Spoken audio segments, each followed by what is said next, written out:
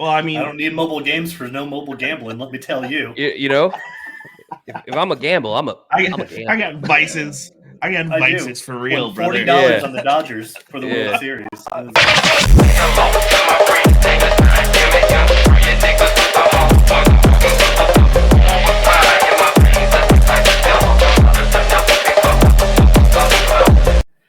And welcome to the Barely Coherent Podcast.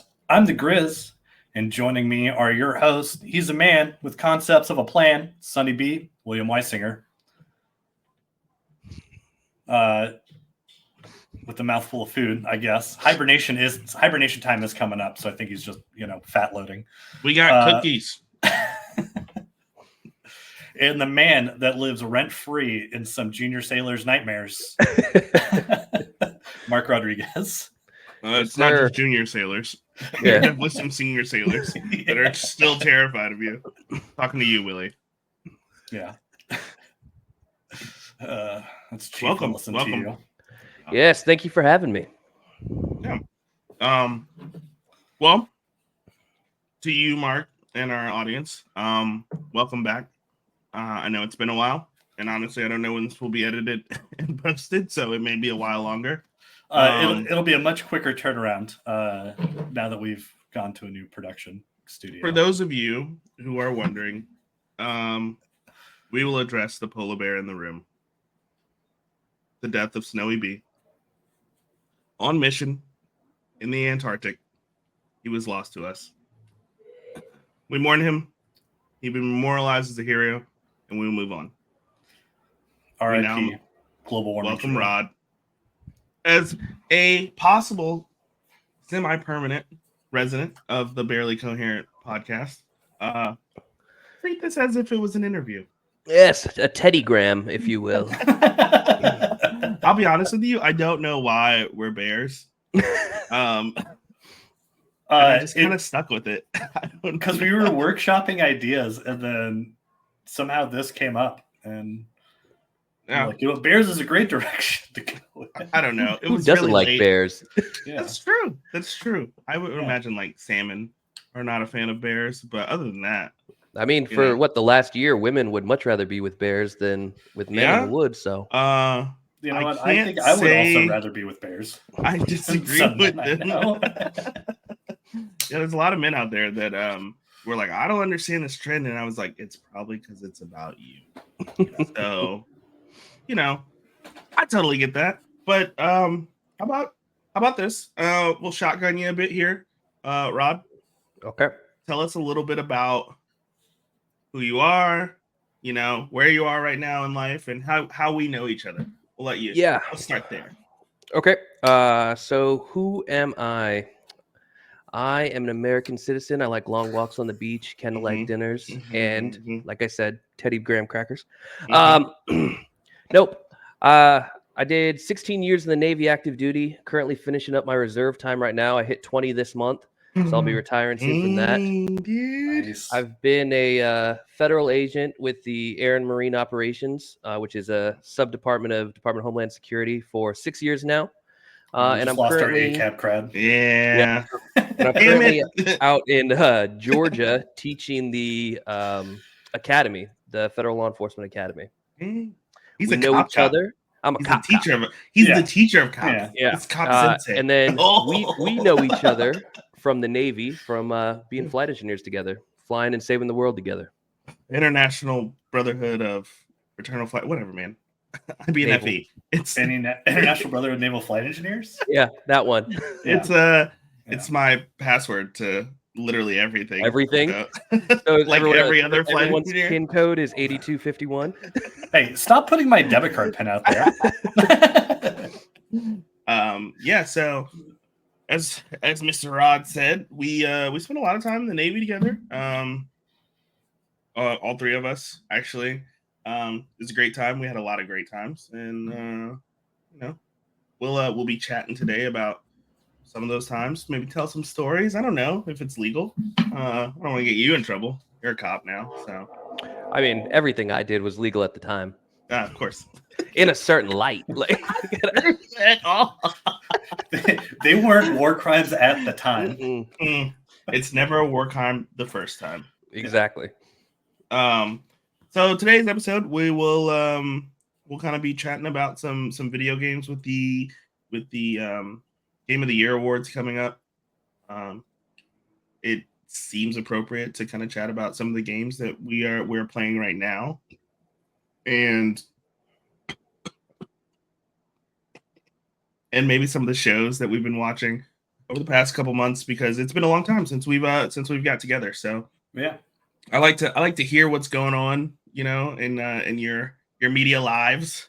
I want to know. So Grizz, how about you tell me what games you've been playing recently? Let's start there. So, to the surprise of nobody that knows me, I've been playing a lot of Space Marine 2.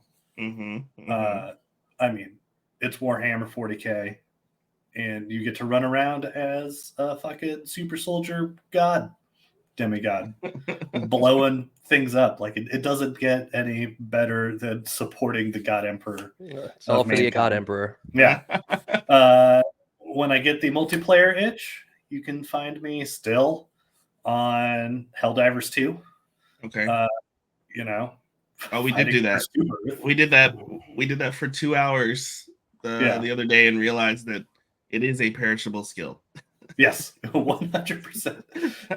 I think it was the first time since the game has come out that we ran out of revives. Yes. Yeah. It was rough. We're like, we could jump straight into level 8, no problem. What could go wrong? Everything went wrong. Yeah. Yeah, man. So, I mean, other than that, I've been playing a lot of indie games. I've been playing Scald, the Black Priory. If you don't know what that is, it is a retro RPG that came out with the same difficulty levels of those original RPGs, meaning that it's hard as fuck, and you'll see a crab and you're like, I can kill that thing, and you'll be wrong. On PC? Yes, it is on PC. I play on Steam Deck while I'm supposed to be at work working. Good for you. Hey man, get paid to play. Exactly.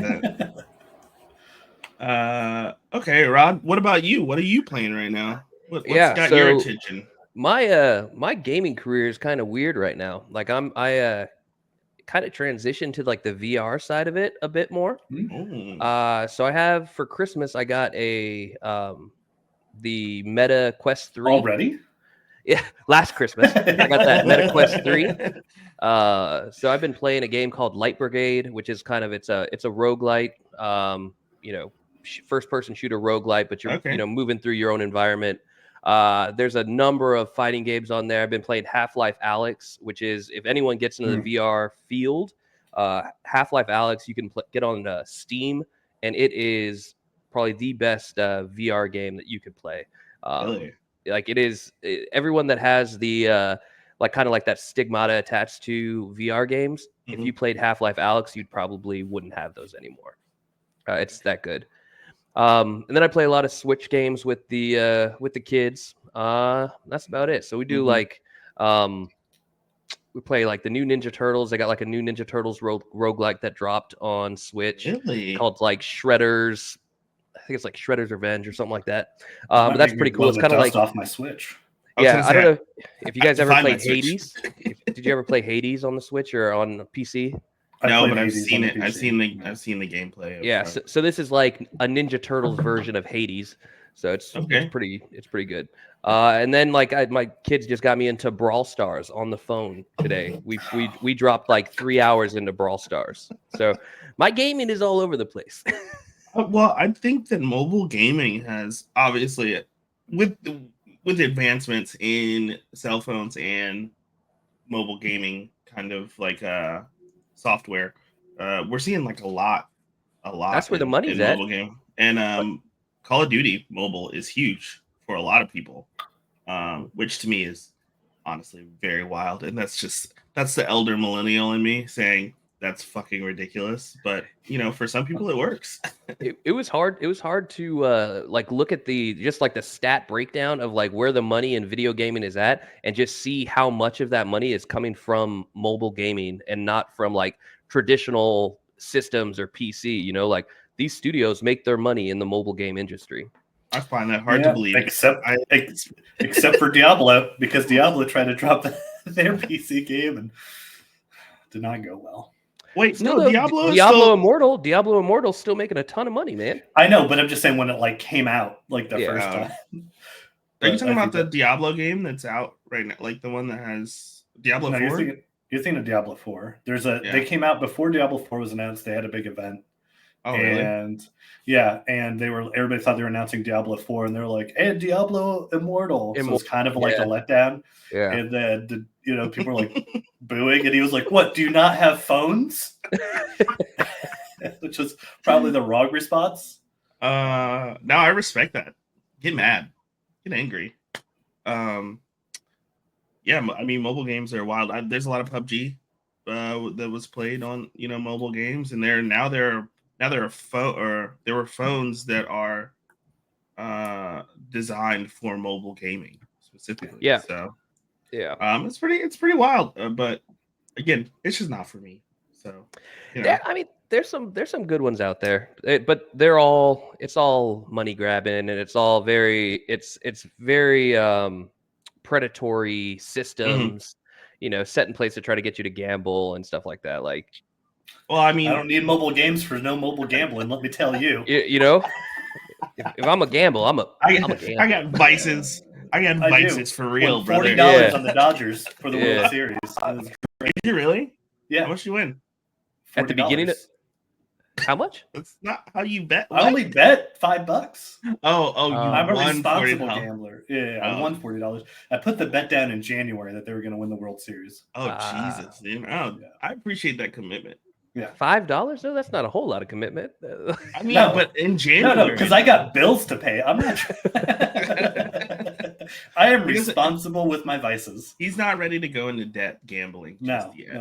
If you got a ball, you need a ball. I'm a baller on a budget. I don't make it rain. I make it hail. You know what I mean? Yeah. Throwing coins, baby. That's a really quick way to get kicked out of the strip club. Yeah. Yeah. It is. Just for the uninitiated. They do not enjoy it when you throw change onto the stage. As far as games for me recently, I've been heavy into the new Black Ops 6. Unfortunately, as regular listeners to the show will know, my addiction comes in the form of Call of Duty. I hate it and I can't stop. I'm not even good at it, which makes it worse. But I've been playing a lot of Black Ops 6. I really am enjoying it. And I think it's nice because there's so many people online right now, so many friends that I haven't played with in a long time that make it a little more fun. So as far as multiplayer though, I'm always like kind of dipping my finger in somewhere. I play a little Helldivers. I'm looking to get into some 40K with some friends from work. Obviously, Raider, we can play 40K as well. We just haven't really had the time. I'm always down for that. Busy. Yeah. I still would love to play Ready or Not with literally anyone. But I played once. You complained about there not being sprinting, and then you were like, I'm never playing this again. Should be able to run. It just doesn't make sense. I don't know. Like, I do agree with you. It is kind of wild that in a SWAT tactical shooter, you can't run from cover to cover. But, flaws everywhere, I guess. And then right now, I actually just got back into Red Dead Redemption 2. It was on sale, and I was feeling nostalgia of riding a horse through the mountains, and so I picked it up, and I'm like 12 hours into it already, and I'm still basically in the prologue, which is acceptable. You know? Didn't they just come out with a Red Dead Redemption PC port for the first one? They might have actually. I mean, I love that game too. And I may pick it up. But I really got to slow down on buying games because my collection continues to grow, and I just kind of don't play stuff. I still haven't finished Baldur's Gate 3, and I probably have. I probably have 90 hours into I think that. most of the population plays like Act 1, and then they're like, "Oh, you know what would be a great idea for a character?" And then we just go back and make a new. It's a lot of fun, man. I mean, I think even though Baldur's Gate 1 Game of the Year, but Yes, on the character creator alone, I think they should have won. I mean, what was the best thing I great. heard about Baldur's Gate? It's Dungeons and Dragons for people who don't have friends. Yes, absolutely. Yeah. Absolutely. As someone who's played Dungeons and Dragons with friends, it's almost a little bit better. No one's mad at you for being drunk and Well, that's because saying the wrong spell or not knowing how many times I've used the spell. I have started playing with the group where we play like a modified version of the OG D&D, which is super, super basic, and it's great to play drunk because you don't have to think. There's not a million different spells. It's so I think easy. the very first time we played D&D, I was super drunk and I fell asleep during the session. And in game, it was I just fell asleep in the bushes during a fight. Mid battle, you're just like, I'm sleepy. I used to drink a lot more back then, so I think now I'd be a little more. Didn't we all? Yeah. Yes, we did. I was a saint. Of course we were. So I guess, are there any games that have come out this year that either of you are kind of looking to really get into? I mean, there are some contenders for Game of the Year. And while we're talking about it, I'll look up kind of what's come out this year. And then there's a game that's dropping soon, if it hasn't dropped already, that I'm really interested in, and that's the new Monster Hunter. It's supposed to be like there's like one story mission, and then they release you out into like the open world. So it's much more, I'm a big fan of the open world games. So if it's actually like that, then I'll probably be getting that one. Okay. I've heard a lot about Dragon Age Veilguard. Okay. Yeah, that just dropped, right? It just came out. From what I've seen, the game looks amazing. The gameplay is a step up from the previous game, which was Inquisition, I believe, which I enjoyed. I enjoyed Inquisition a lot. And so apparently it's if you enjoy the Dragon Age lore, you'll enjoy the game. But there's a lot of controversy around it because there's this discussion of non-binary characters or pronouns, I guess. From what I understand, it's like such a minute portion of the game that it's. So is there actual controversy, or is there like three people making it controversy? No, I mean, so I spend a lot of time on TikTok, and our For You pages on TikTok are obviously built by like the videos brick you watch. by brick. Yeah. This fucked up For You page, I built this shit myself. But there are a lot of they're not small time gamers, but like these streamers, like a lot of streamers, a lot of popular streamers with a lot of followers were ragging on the game even before it came out, because of that. Because, I don't know if it's what they believe or if it's getting the clicks for saying something is woke and pushing an agenda. And so, there's a lot of people out there who are not playing the game because of that. I would say it's definitely not a majority. I think it's just a loud segment of like the streaming community who are going to complain if the game is not made for the age bracket of 25 to 35 for white conservative men. They're going to complain that it's woke. I agree with that. There were people complaining in Ghost of Tsushima that he was rescued by a woman at one point. Well, those people are also complaining about the new Ghost of Tsushima game. I know. Yeah. Ghost of, So they're going to complain because there's that dude that came out with a list of like woke games, and it was stuff I like saw Star that. Wars and Well, like they're people, like I said, the loudest people are always, it's the minority group that is always the loudest, and Yeah. they're the one that gets the hype, and the normal people just are like, they brush it off. They're like, I don't really care about this, but they don't talk about it They either don't come way. out and talk about it. Yeah, so they're just like look at it and they're like, it's a bit ridiculous, and then they just move on. They're like, I don't need to be loud to make my point known. I'm just going to move on with my life. Yeah. I would agree with you that I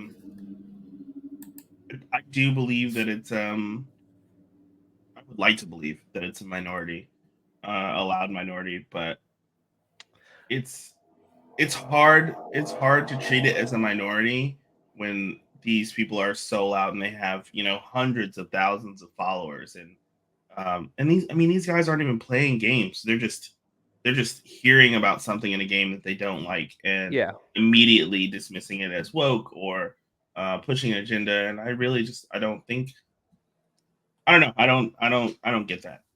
I guess.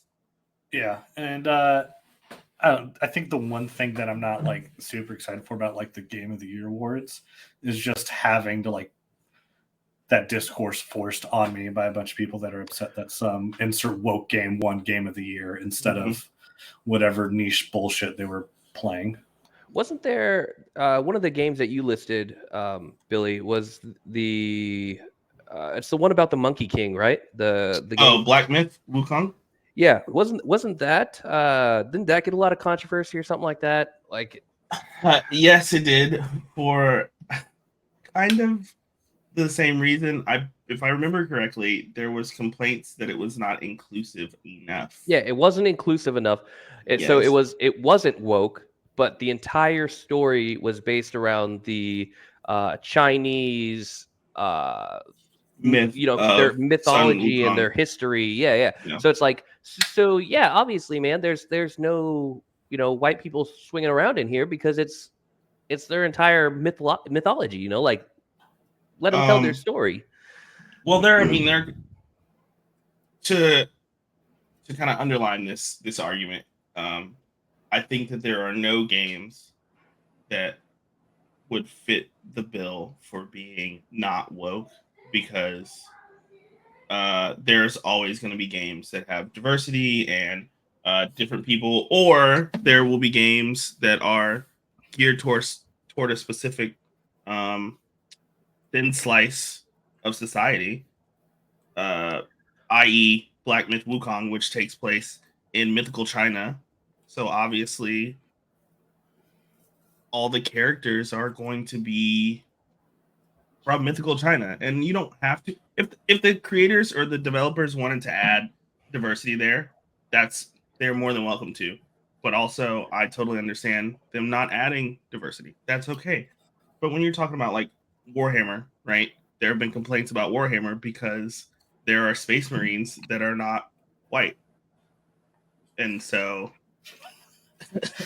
I don't know. Hashtag salamanders, my boys. Oregon, Just say you don't understand. Say you've never read the lore. That's fine. Yeah. Just say you're not familiar People with got the backstory. really pissed when they saw that there was a black ultramarine. They were like, Yeah. "Oh no!" Yeah. People lost their minds. Oh dude. no! How'd he get here? Yeah. They've obviously never seen what most of us use for base paint. Right. Figurines, yeah. And how a lot of We people all keep start their black. figurines. Everyone's chaos black. Yeah. Yeah. So this idea that like something is woke for adding diversity, I'll be honest with you.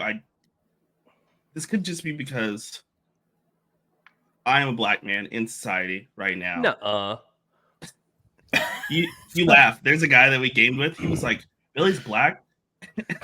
Yes, the whole time. On which side? Both sides. Yeah. Both his parents are black. But this is a very poignant kind of thing where like this idea that diversity is bad, or like diversity is an attack on being anything other than white, is not the case. It's crazy. It's just it's just crazy. trying to move towards a place where it's a little more even for everyone. Call me crazy. I don't like store-bought pesto, but call me crazy.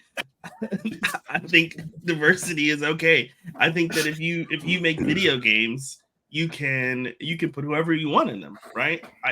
Like they don't have to be representative of exactly what life is. If you make a story about, like, I don't know, fucking 16th century Japan, and there are people that are other than Japanese people, if that's your story, you can do whatever you want. It doesn't have to be an actual representation. And some fucking skinny, runny nose streamer in his mom's basement saying that this isn't real life, this is ridiculous, it takes me out of immersion. Fuck that guy. Fuck him and his followers. Like, dude, do you remember enjoy a game or don't. What battlefield was that took place in World War One? Battlefield 1? Battlefield 1. Yeah. And there was like a black dude, people were like, no! They weren't there. They were. And they couldn't see at night. They would have let them. They couldn't see at night. They like be in combat. Night fighters. Oh, the night fighters. If you break out the fucking accent, we're gonna cut you out of it. That won't happen. Oh man. So I don't know, like, this idea of like inclusiveness and wokeness, I think, is bullshit. And I'll be honest with you, anybody who brings up wokeness in a conversation with me, I probably am just gonna treat you like you're stupid for the rest. I just turn it off. Like, my brain just is like, moving on. I'm good. We beat the woke horse. There's another game that came out. He's not awake anymore. Unwoke, if you will. He's a sleepy horse. There's another game that came out that I haven't played yet that I will play. I hope. Concord. No. I actually don't think you can play it now. The studio shut down. And it's goddamn. Okay, we're going back. So the studio that created Concord is shutting down, and a lot of people are saying, their game was unsuccessful because it was woke, because there were characters in that game that didn't fit the mold of, like, pushing agenda. No, that game failed because the market does not need another battle royale. That's what that game failed. Yeah, it was like a hero shooter, right? Yeah, it's like Overwatch. It was a hero shooter that came out like 7 years too fucking late. Yeah, absolutely. I had never heard about that. I just Googled it on my phone to see what you guys were talking about. Yeah, you know why? Because Sony didn't push it. They were just like, they were like, this game is here. Enjoy it. And everybody went, no. Ew. Who let you in here? Yeah. I mean, Sony is on thin ice currently anyway, over the whole Helldivers thing. Which is good again. Which is good. Yeah. Oh, let's put a pin for that. Helldivers 2 regressed a lot after it dropped. They did a lot of nerfs and balances, and they did a lot of stuff. They reverted all of that, and they have now like updated again. So the game is a lot of fun. It's fun like it was when it first dropped. It's not easier, which is something that's been going around, is that they made the game easier. It's not easier. Can confirm it's not easier. Got my ass kicked earlier. Yeah. But it's still a lot of fun. So if you haven't played it recently, if you would have talked to me 4 months ago, that would have been my pick for game of the year. Just because of how hot it was. Like, there were TikTok accounts that were literally like fake news broadcasts about what was happening in the world of Helldivers. Yeah, we all fought in Levelon Creek. We know. Yeah. We were there. But the trees were speaking binary.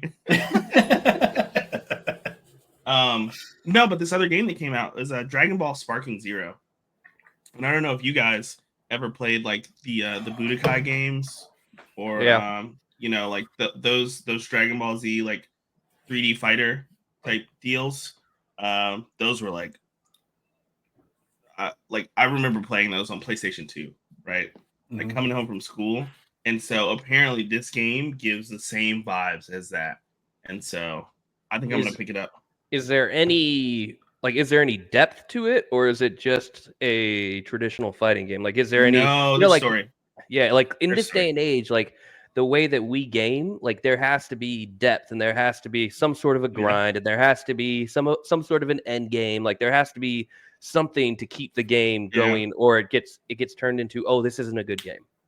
Apparently, it has every Dragon Ball Z fighter you could ever imagine in it. I mean, I only need Vegeta. I don't need anyone else. I know. It's not fair. You know that I will somehow end up wrecking some fools with Yamcha, which is always hilarious to me. Oh, I would quit. I've done it multiple times, and it's hilarious every single fucking time. What a lot of people forget is that Yamcha is one of the greatest fighters on Earth. Yeah, by percentage. No, it just so happens that his friends are literal fucking gods. So exactly, it's like you're one of the strongest people in the world, but in your friend group, you are the weakest. You're the weakest. You're the ugly friend. You stop hanging out with those friends, go get some new friends, or are you just going to be the weak guy? Have you seen that? Have you seen that statue in Japan where it's just Yamcha? Like dead on the ground? This is like, what did he do to the Japanese people? Oh no! Dude, forever remembered. I don't know if you've not only did he get fucking murked and become like nothing in the show, but Vegeta stole his girlfriend. No, and married her and have kids. It's like, think about it, you're one of the strongest men in the world, right? And you're like, damn, I'm gonna go play baseball. Like that's. I got nothing. I can't fight anymore. I'm gonna go play baseball. Every day I show up to hang out with my friends, and my bitch was some other dude with his fucking kids. And there's nothing I can do about it. Literally nothing, because they will kill me and then bring me back. They did kill him. Actually, he was killed by a Cyberman, which is super embarrassing. Yeah, but then they will bring him back begrudgingly, because he's never the first one they agree to bring back. He's like, what do we need? All right, we'll get Yamcha in like 6 years. We'll get him. We gotta wait for the Dragon Balls to regen. Team 4 Stars, like abridged Dragon Ball Z abridged. Yes, it is 100% worth the watch. It's just like it's just voiceover for the whole show. It is so fucking funny. The greatest section still is like the Cell games, but like when Cell's waiting for the Z fighters to show up, so like random anime characters show up, and then you get like he fights like Ash and Yu-Gi-Oh! Yeah, then he gets like Yu-Gi, and it's like it's time to duel. And then they go through his cards and like that's banned in tournament. You can't use that card. Pot of Greed. You never saw this coming. Pot of Greed. Did you guys see that the animated one that's like it's Goku and Vegeta shows up, fights Brawly, like it's the drawn out animated one? It's it's an artist worked for like a couple of years to make it, and it looks so cool. That was so cool, amazing. man. It's like 7 minutes long, and it's almost better than the original. To this, you know what is Dragon Ball Z's greatest accomplishment though? It's fan base. Yes, and I'm getting there in a way, yes. But when the creator died, the cartels in Mexico like declared a day of like non-violence in like remembrance of him. Like they refused to fight each other. It's like, man, that's a legacy. Yeah, that's pretty fucking wild. I don't blame them. I mean, that's a big deal. That's huge for so many people's childhood. Yeah, I mean, these American kids.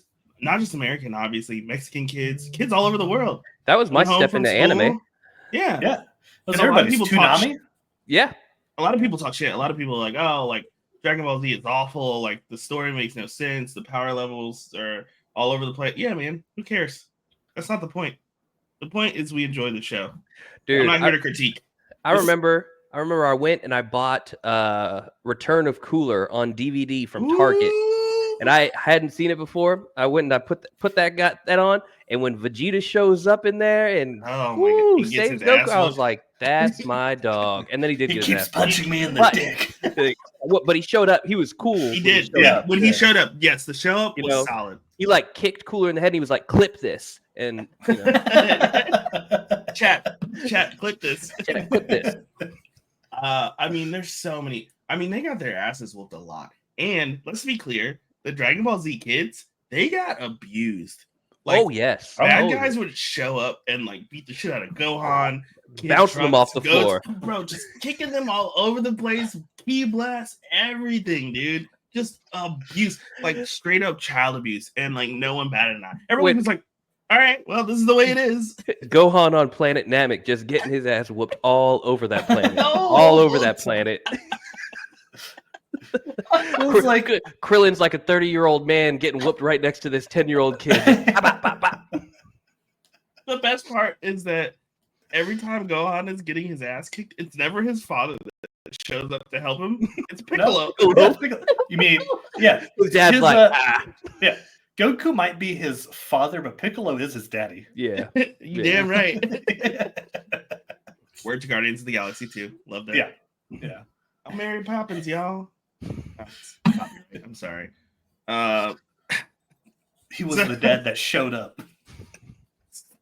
So yeah, I'm really looking forward to play Dragon Ball Z or Dragon Ball Sparking Zero. So you know, that's in terms of like nostalgia, that definitely ticks a box. I don't know, and we've talked about this before, like games that we played, we played as kids that we really love, and like one of my favorite games of all time is Mass Effect, and I remember playing that like in my parents' basement on a Xbox 360, and I wasn't necessarily a kid, but it was a very formative game for me. And so like, Rod, kind of, do you have a game that you can point to that like really like solidified gaming for you, or like? Oh yeah, yeah. I would say initially on the Xbox, Xbox original. So yeah, was Morrowind, like getting into Morrowind. Oh, okay, yeah. Then obviously that transitioned to Skyrim, and then the different times I years. bought Skyrim on every platform. And I'm actually about to pick up. Sorry. I'm gonna pick it up again because they just released Skyrim VR. So now I'm Fuck you, Todd Howard. This is your fault. Continue. So I'm going to be playing Skyrim now in VR as well. So it's like, hey man, and it does seem fun. I'm not gonna lie, but I refuse to buy that game again. I refuse. I bought it on every single system that I've. I realized I had it on multiple systems, and I was like, maybe I should stop. Yeah. So it's, have you guys heard like how people were upset about Fallout Day? Because they had talking about Todd Howard and. But yeah, so they'd had Fallout Day, and everybody thought they were going to announce Fallout 5. Which, why would you think that? We're still waiting for Elder Scrolls. Was it 6? 6. And Grand Theft Auto. Yeah, but they didn't announce it, right? So they just announced some bullshit for 76 and Fallout Shelter, because that's still a thing, I guess. Is that a mobile game? Yeah. It's where they're getting paid. That's where they're getting paid, man. Like, anyway, so people were upset that they didn't announce Fallout 5, and I was like, no, good. Did you see Starfield? We don't need Fallout 5 yet. Starfield? We need them to fucking wait and get it right. Also, whoever has their car alarm going off needs to get fucked. That's not a car alarm. That's just some asshole out there honking that word. That felt personal. This is how you know we're not recording in studio. Yeah. Hey, you fucking asshole. I'll be honest. I wanted to buy Starfield, and then I remembered that I don't want to be disappointed. I bought it just off the name alone. Game. It's a disappointing game. I bought it, and it is. What is happening outside your apartment right now? I don't know. I bought it, and it very quickly became a walking simulator in space. Like, yeah, you're telling me that we can have horses in fucking Skyrim, but I can't have some bullshit mode of transportation. Even if the horses don't run fast. Yeah. The horses were so slow, and they didn't get any faster when you hit sprint. They just put whooshy lines behind them. Yeah. But yeah, even if you gave me some shitty little scooter that made like the Jetsons car noise, I would have been happier with that That'd have been pretty Then cool. just I mean, fucking but walking like everywhere. Skyrim, when I picked it up for the 7th time on the Switch, and I started, It runs on the Switch. and I started, yeah, it runs on the Switch, and I was like, I logged in there, I was like, there's backpacks now, and like there's all sorts of stuff. I was like, Yeah, what you is can this? get married and have children. You know? Yeah, I don't need to do all that, but I was happy about the backpack.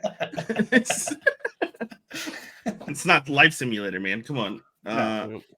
Yeah. I don't know. Backpack. Hello, child. I played a lot of Fallout 4 recently. It's this studio production. Whose child is this? It's not even yours. It's just some random kid. How'd you get in here? There's no candy. I told you this. I'm kind of over like the bullshit that Bethesda feeds us kind of on a regular basis. And until something comes out and it's no shit, worth the $70 game tag that games cost, which by the way, I don't understand. I'm going to have someone explain that to me, because we no longer pay for physical copies or the case or any of the paperwork that's in it or the shipping. How is it $10 more expensive? Yes, I don't. The math does not check out to me, but maybe I'm just stupid. I don't know. And if you buy it on Steam, you don't even own it. You just own a license for it. Yeah. Oh, yeah. They put that out, and I was like, but that's the case with all streaming services. So like if you buy stuff on like Amazon Video, yeah, but I'm not streaming it. I thought you did. To my fucking computer. I thought you don't own that. Oh, so I thought they had like their own DVD library that you were adding to or something like that. So that it's in the fine print somewhere, because thank you, TikTok. This woman went to go find it because they took a movie. So she had paid for a movie. I can't remember what it was. She had bought it, and it was gone from her library one day, and it's because they lost the license to the movie, so they remove it from their library. So now you no longer own it. So you're paying to own something. So like hopefully they keep the license. Yeah. So like every year we watch The Grinch, right, for Christmas. Yeah. So I just bought it. It's silly to try and go find it. We love the movie. We just watch it. So I bought it. Like someday they could lose the rights to it, and then this movie, which at this point I've gotten a lot of worth out of it. But I paid for it. And just like if I had bought a DVD, I'd want to access it whenever I want. So I think it's silly, and so I would love to see a breakdown for cost, for new games. Yeah. I would be more comfortable paying $70 for a game if these games came fucking completed. Also that. Yeah, absolutely. And talking about fucking Todd Howard, he didn't say this. I'm always here for Todd Howard slander. Did you hear how one of the devs about Starfield was like, yeah, but Starfield 2 is going to be amazing because now we have the base of Starfield 1 to build off of. And I'll be at that man's public hanging. I will. Yeah. Yeah. It's still like boggles my mind when like modders can come out and make their game just so much better. Like, this would be a good game if you download this and this mod pack, and then it's a really good game. It's like, well, why can't the developers? Prime example: Squad. Squad is a good game. Squad is also the best Star Wars game we have ever seen. You can play. There's a Clone Wars mod for it that turns the whole game into the Clone Wars campaign. And so like everything, the guns, the vehicles, the environments, the utility items, like everything is all, the voice lines, they're all from the Clone Wars. It's amazing. I miss some Battlefront. I could play Battlefront. OG Battlefront. And I think Battlefront 2 is good though. Yeah, you're right. And I think we've had this conversation before. But it's like that with remasters. Like, how is it that every remaster that has come out recently, with the exception of a couple, have been absolute fucking trash? But when the modders do it, they're like amazing. Like, just hire them. They did it. Just hire them. Just be like, hey, can we just make this Fire We hire whoever you you. have doing that shit and hire the modders because you know Yeah. they do it right. Yeah. Yeah.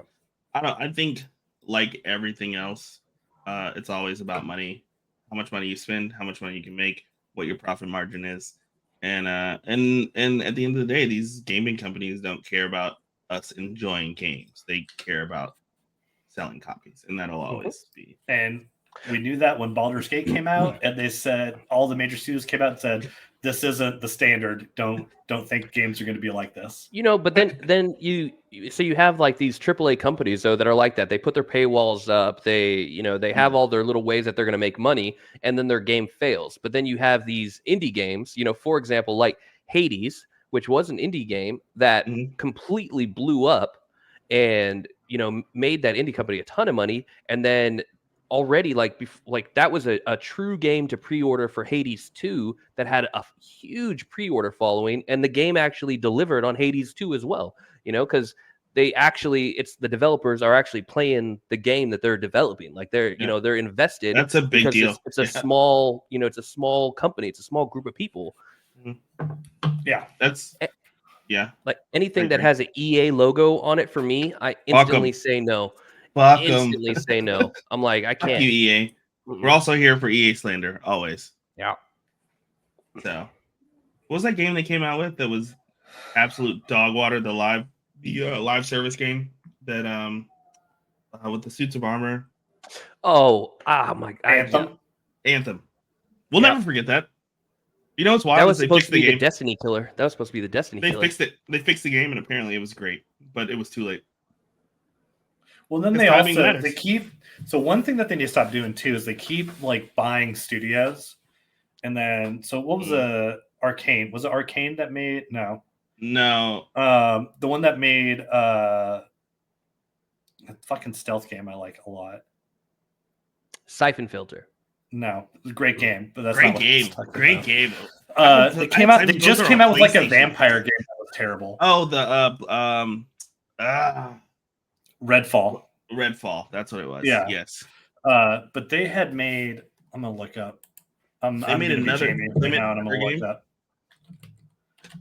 I like that you know his name because those are my favorite clips when Joe Rogan has to like, Jamie, can you look this up? And then he's proven wrong, and he's like, "Oh, that's interesting. That's not what I heard."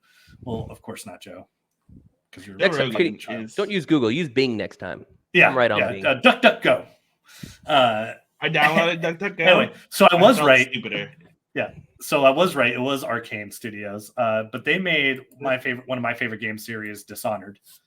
Good games. Right? Good and games. Then, but what happens is these studios get bought out, and then they're forced to make games that aren't in their wheelhouse. Right? So Arcane is known for like these stealth games and stuff, and then you try to make them make this like live service. It was another VR style. It was like for like killing vampires and stuff, and it was bad. Microsoft just did the same thing with another studio that they just shut down, where they took them and they made them make a game that they're not used to making. It's like, oh well, this studio ended up making a shitty game, so we're going to shut them down. It's like, yeah, because they have their thing, their style, and you're trying to make them, something that they're not. Something that they're not. Because I don't know, it's the politics of gaming. I think just like real life, I guess, ruin everything. This shuffling of money, studios not having the personnel that they need. I think a prime example of like a studio biting off more than they could chew, but then like coming back pretty strong is No Man's Sky. Yeah. It's not as if it's impossible for a developer to fix its game or like if they want to gain trust back. Yeah, because if it's important to you, then you'll do it, right? And so that's why Arrowhead has been like nonstop working on Helldivers 2 after people complain. And do I think the complaints were relevant or warranted? I don't think a lot of them were. I think it's this internet age has created people who can't say I don't enjoy a game because it's not for me. They say the game is bad. Yeah. And they go out and write a review, or they say, or they have, they have thousands of followers, and instead of saying, hey, I just really didn't enjoy the game because of this, and this, it just wasn't fun for me, but you guys might enjoy it. They say this game was awful because of this, and this. This is a terrible game. The studio should shut down. People should get their money back. And so, if you're a developer, you take that criticism and you have a choice. You can either say, okay, well, that person's full of shit, and I'm just going to keep doing what I'm doing, or you can say, okay, this person has some relevant criticism. We can change this, and this. I'm going to leave this the same because this part is important to me, but I can adjust this overall. And then you get games like No Man's Sky, you get games like Helldivers, you get games like Cyberpunk, because Cyberpunk really really came back, and we love that because CD Projekt Red is a studio that we want to see stay around. So and like for the Cyberpunk aspect of it, like I played it on PC, off the rip, so it played well for me from the get-go, so I didn't have the struggles on it that way. But one thing I didn't like I like CD Projekt Red, but I didn't like how linear it was, and it didn't give me that open world Witcher vibe, you know what I mean? Like I was like, I have to do X, Y, and Z and keep going, like, and then when the story ends, it's over. Like I can't just continue, so that kind of turned me off to that game. That's fair. And so that's what, but it was a good game. People could say I didn't like that aspect of the game, and that's fine. That's totally acceptable. But man, I firmly believe that there's a game out there for everybody, right? Even people who don't game, even people who have never been into gaming, out there somewhere, there is a game for you. Yeah. If you're willing to find it, you're going to go through some games that you don't like, and that's okay. And I think as gamers, we have to accept that. Yeah. I also think we might be hitting this time period of like a shift in gaming where like the best games that have come out for the past couple of years have not come out from a AAA studio. It's true. Right? They've been coming out from like either like smaller, like well known but smaller studios like Larian, right? Or they've been coming out from like completely like indie studios that we don't know a lot from, like Hades and Hades 2. And we're seeing where it was like Ubisoft put out their like quadruple A game or whatever the fuck they were calling. Skull and Crossbones. Yeah. What a fucking letdown, dude. Yeah. And it just completely failed. And so I think we're finally hitting that cusp where it's like putting a like ungodly, unfathomable amount of money into a video game is no longer going to secure its success in the gaming landscape. You actually have to make a product that people want. Unfortunately, we're seeing a lot of these beloved studios like Arcane being shut down because these larger corporations are buying up and not understanding that, right? And so I think we are on the cusp of a shift, hopefully, where people are going to start, these companies are going to start realizing that. I hope so. I hope that that's something that occurs as a gamer and as a parent who hopes to someday have a child that is a gamer. I want games to be around and enjoyable for him. Well, and what's actually kind of reignited some of that love for the games for me is like just being on, like going through the Nintendo eShop, like, and they have a ton of indie games on there that, you could watch YouTube videos about it. Like I watch, the channel is called Switch Up on YouTube. And those guys are great because they'll tell you like, hey, should you buy this? Should you not? Like it's 99 cents, like try this out, blah, blah, blah, throw in your backlog. And like, they'll give you a list of a bunch of games that are like very indie, maybe, 10 to 20 hours worth of gameplay, but you play them and you're like, wow, that was a good game. Like, have you guys ever played Hollow Knight? No, but I am aware of it. That's another game that's like, it's an amazing game, and but it's not super flashy. Very indie studio. Very indie. It's not super flashy. It's not over the top. Like it's just amazing, and it's really good at what it does. It's not trying to be everything at once. It's just trying to be like a Metrovania / a little bit of Souls-like, and it's just really good. Well, that's how I felt about. So I have a Steam Deck that I actually been gaming a lot on. And I think it's amazing. And Steam actually does a really good job of setting up the shop for it's like verified for Steam Deck, so you can look at games that they know will work on Steam Deck, and it's a lot of indie games, and it's like games like something like Stray, another studio that got shut down. But that game, right, as simple as it was, that is the cat game, but it is somehow also one of the best cyberpunk like games to have come out in the past couple of years. But or like what I'm playing right now, like Scald, but it's the same thing. There's these cheap, like indie, fun little games that reminds me of like perusing GameStop for my Game Boy Advance to find like some game. Yeah, I mean that era of gaming where you could go to GameStop and you could find, there's. It feels silly now. It feels silly now that that at the time I didn't really appreciate how many games were out there that were not necessarily that weren't AAA games, but that were really good.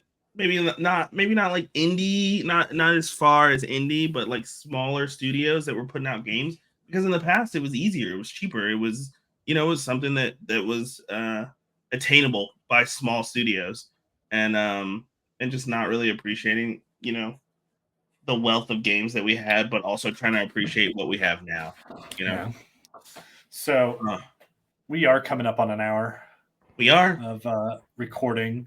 You know how I feel about over an hour. Yeah, I love it. Yeah. So I guess a question that we can kind of end this off on, and we'll start with Rod. Is there a game series that has gone away that you want back? Ooh, that's a good question. Yeah, let me think. Skip me. Let me think. Okay, I'll let you think. Do you got one, Sonny? I got one. Okay. I got one, and it's wild because it's from EA Studios. But I would love to see the Lord of the Rings. Do you remember like the Return of the King, the Two Towers, like those like co-op like RPG hack and slash, like RPG-ish style games where you played as like Aragorn and Legolas and Gimli and Gandalf, and you're just hacking your way through these hordes of enemies, like a Dynasty Warriors, but for Lord of the Rings.